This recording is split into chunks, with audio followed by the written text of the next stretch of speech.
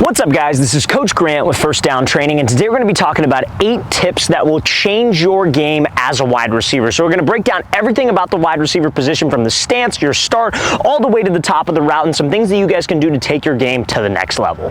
So fellas, let's start with the stance as a wide receiver. So 2 of the most common mistakes that receivers will make is that they'll be very tall with their wide receiver stance, or they'll be very wide with their wide receiver stance. And then we're going to talk about the hand placement and where your hand should go in your stance, but let's talk about the feet first. So if you're super wide like this, you guys, and your back foot's flat, or maybe your back foot's off the ground, but you're super wide, it's hard for us to get off of the ball without taking something called a false step. A false step could be considered with your front foot, where you take like an extra step backwards, or you're in your stance and you take like a step with your back foot before you get up into the route. So what I teach my wide receivers to get to is a position called 90-90, which means you want to have a 90-degree angle with your front foot, and you want to have a 90-degree angle with your back leg. And now weight distribution wise, you don't want to be super forward, but you also don't want to be too far back. I would say probably about 60 to 70% of your weight onto your front foot, and about 30 to 40% of your weight on your back foot. The reason why we want that 70 on my front leg is because my front foot is not going to be able to move, and I could just get right off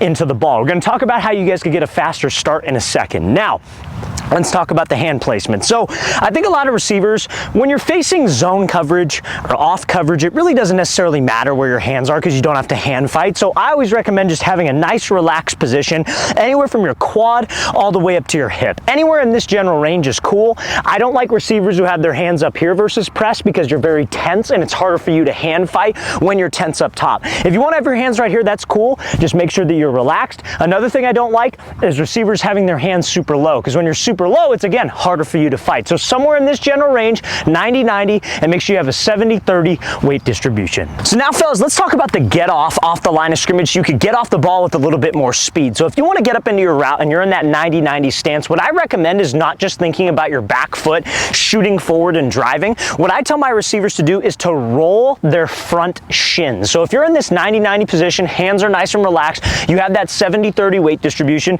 you should try to take the shin of your foot that is up. So in this case, it's my left foot, and roll it forward and try to roll it into a 45-degree angle, because what that will allow you to do is have your first step be a little bit more powerful and explosive, and that explosion that you create within the first 5 yards of your route, if it's a deeper route, will get you to top speed throughout the middle of the route a little bit faster. It's like a 40-yard dash. When you're in a 40-yard dash, you don't just stand up and try to run as fast as you can. You try to be powerful for the first 5 to 10 yards. They call that the drive phase. We want the same thing as a wide receiver. So I want to be here, 90-90, roll my shin, and try to be as powerful as I can with that front stride for a faster get off the ball. Now fellas, before we get into these next 6 tips for wide receivers to take your game to the next level, if you are a wide receiver or a quarterback watching this video and you want to train with myself and my staff of coaches this offseason, we're going to be traveling out to 15 different cities across the entire country for 2-day-long QB and wide receiver training camps. So guys, if you want to sign up to come to one of our camps,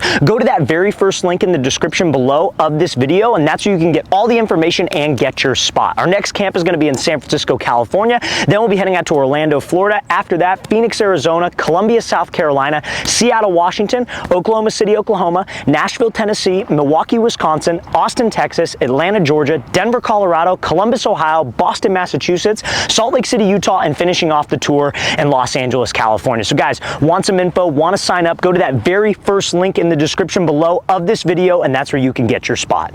So now fellas, the third tip for wide receivers is going to be picking a press release and how you guys can do so when you're facing a press coverage DB. So there are 2 things that I want you to think about when it comes to picking a press release. There are a million different press releases that you guys can use. Really what it comes down to is what you're comfortable with. More often than not, you look at any top NFL receiver. Like let's talk about like Davante Adams, right? Every single release that he does is built off of a little skip. He might do a crossover, a jab, a skip, and go. And then there are a lot of other receivers that like to do more like just a jab or like a crossover. Some guys like doing a split release. There's a bunch of different things that you could do. And we've posted a ton of those things on our YouTube channel. So if you just check out our wide receiver playlist on this channel, there's tons of releases that you guys can use. But when it comes to picking a press release, it has to do with 2 things. It has to do with the distance the DB is away from you, how close he is or how far away he is, and his leverage. So there's 3 types of leverages, and there's 3 types of press coverage that DBs will play. So they'll either play press, like right up on the line of scrimmage, scrimmage, catch technique, which is about like 2 yards away, and then like you could consider it like almost off man where they're like 4 to 5 yards away, right? Now, the leverages they could play is either inside leverage, where they're shaded to the inside. You want to look at the midline of their body. If their midline is even with my front foot, that means that they're inside leverage. If their midline is even with my back foot, that means they're outside leverage. If their midline is even with my midline, that means they're head up. So anytime a DB is inside leverage, whether he's in press, catch, or off, his goal is not to let us to release to the inside.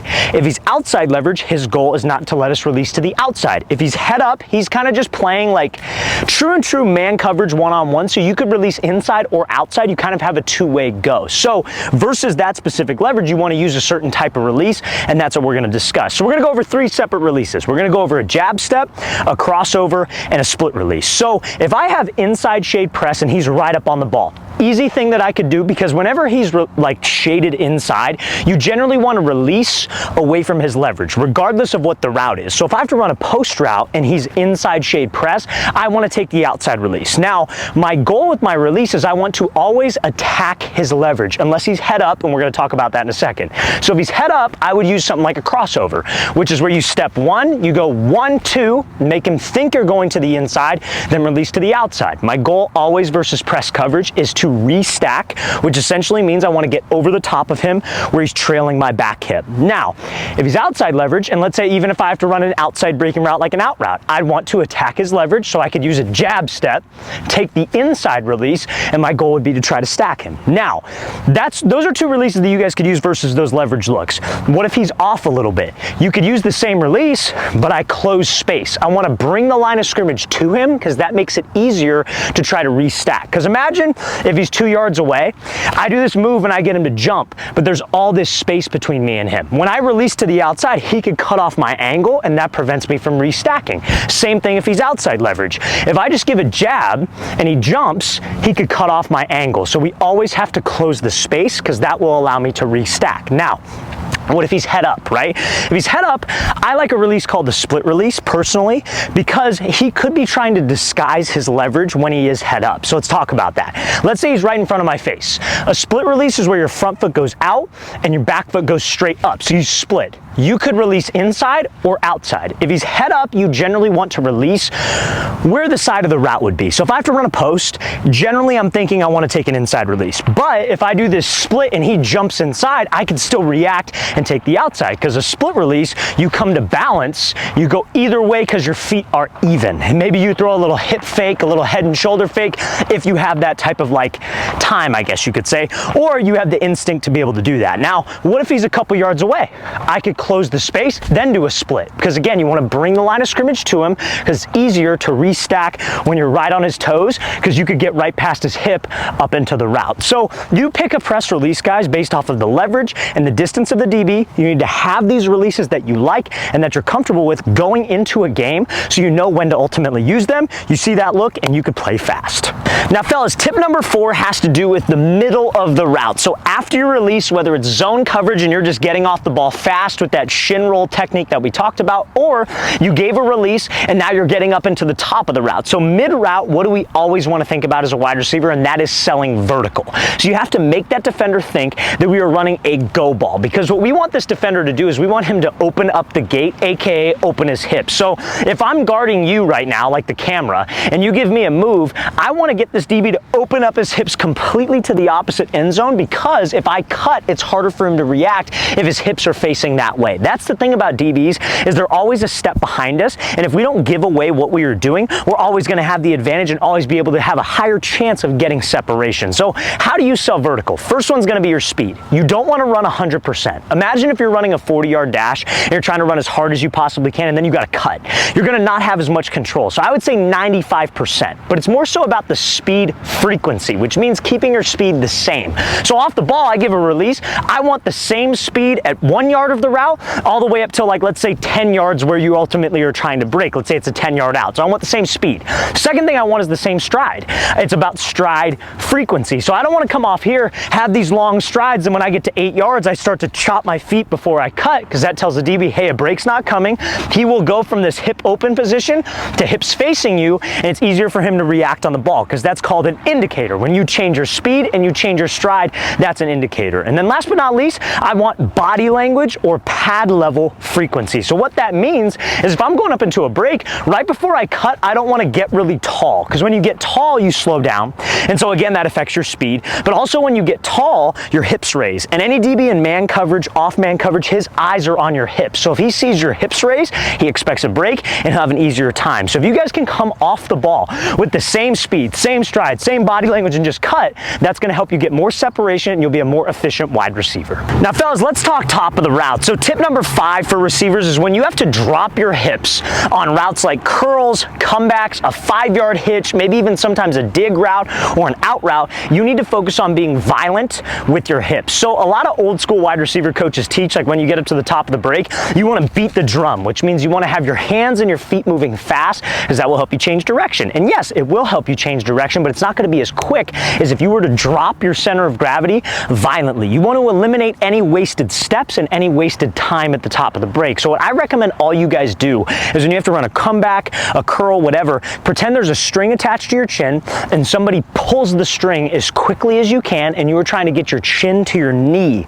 as fast as you can. And the magic spot to try to drop into is a 90-degree angle with your base, because if you can get this low, you're going to be able to stop yourself. And if you do it violently, the DB has less time to react. So not only is your break going to be faster, you're going to eliminate wasted steps, the DB has less time to react, because as soon as he sees your hips drop, he's driving on the ball. So who's going to get in and out faster? We have the advantage because we know when the break point is. So you need to make sure that you attack the break point. You're trying to shoot your hips as violently as you can into your feet, because that will help your break be a lot faster, and it gives you a second of advantage on that DB.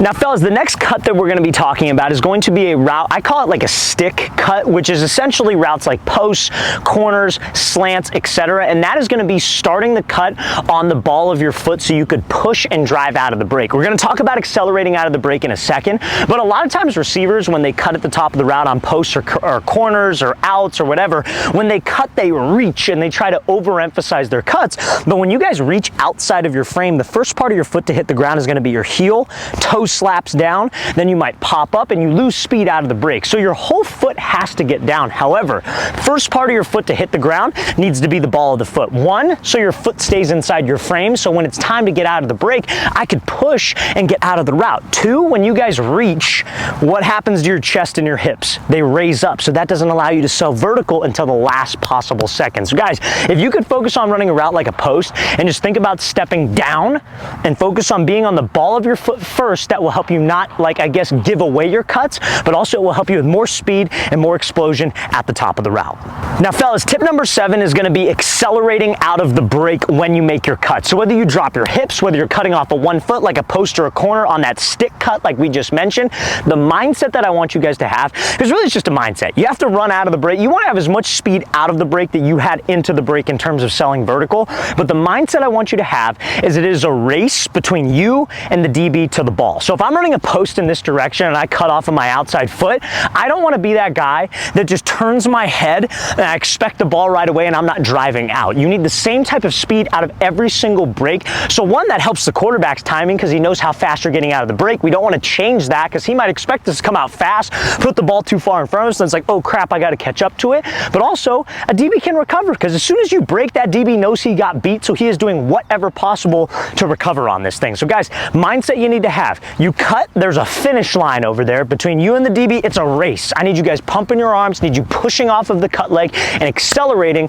to where the quarterback expects you to be. And if you focus on winning that race, you're going to get a lot more separation because that's the icing on the cake, right? I could sell vertical all I want. That will get me separation. I could have an explosive cut. That will get me separation. But what keeps my separation is having that mindset of accelerating out of the break and winning the race. Now, fellas, tip number 8 to be a much better wide receiver is going to be obviously catching mechanics. So if there's one tip that I could get across to all you guys about catching the football is you want to think your eyes are a camera and you are trying to take a photo of the ball. So when that ball is thrown to you, whether it's a low pass, whether it's a high pass, whether it's right in front of your face, there should be a split second where time around you just freezes. And again, this comes through repetition. In a game, you're not necessarily thinking thinking about this, but when you guys are practicing in an environment like this, where it's just a field, you and a quarterback, he's throwing to you, whatever the case may be, you are trying to focus on when that ball hits your hands, the only thing in your line of vision is the football. You are taking a photo with your eyes of the football, as that will help you guys look it in. Probably 95% of drops I see with wide receivers, whether they're young, whether they're in high school,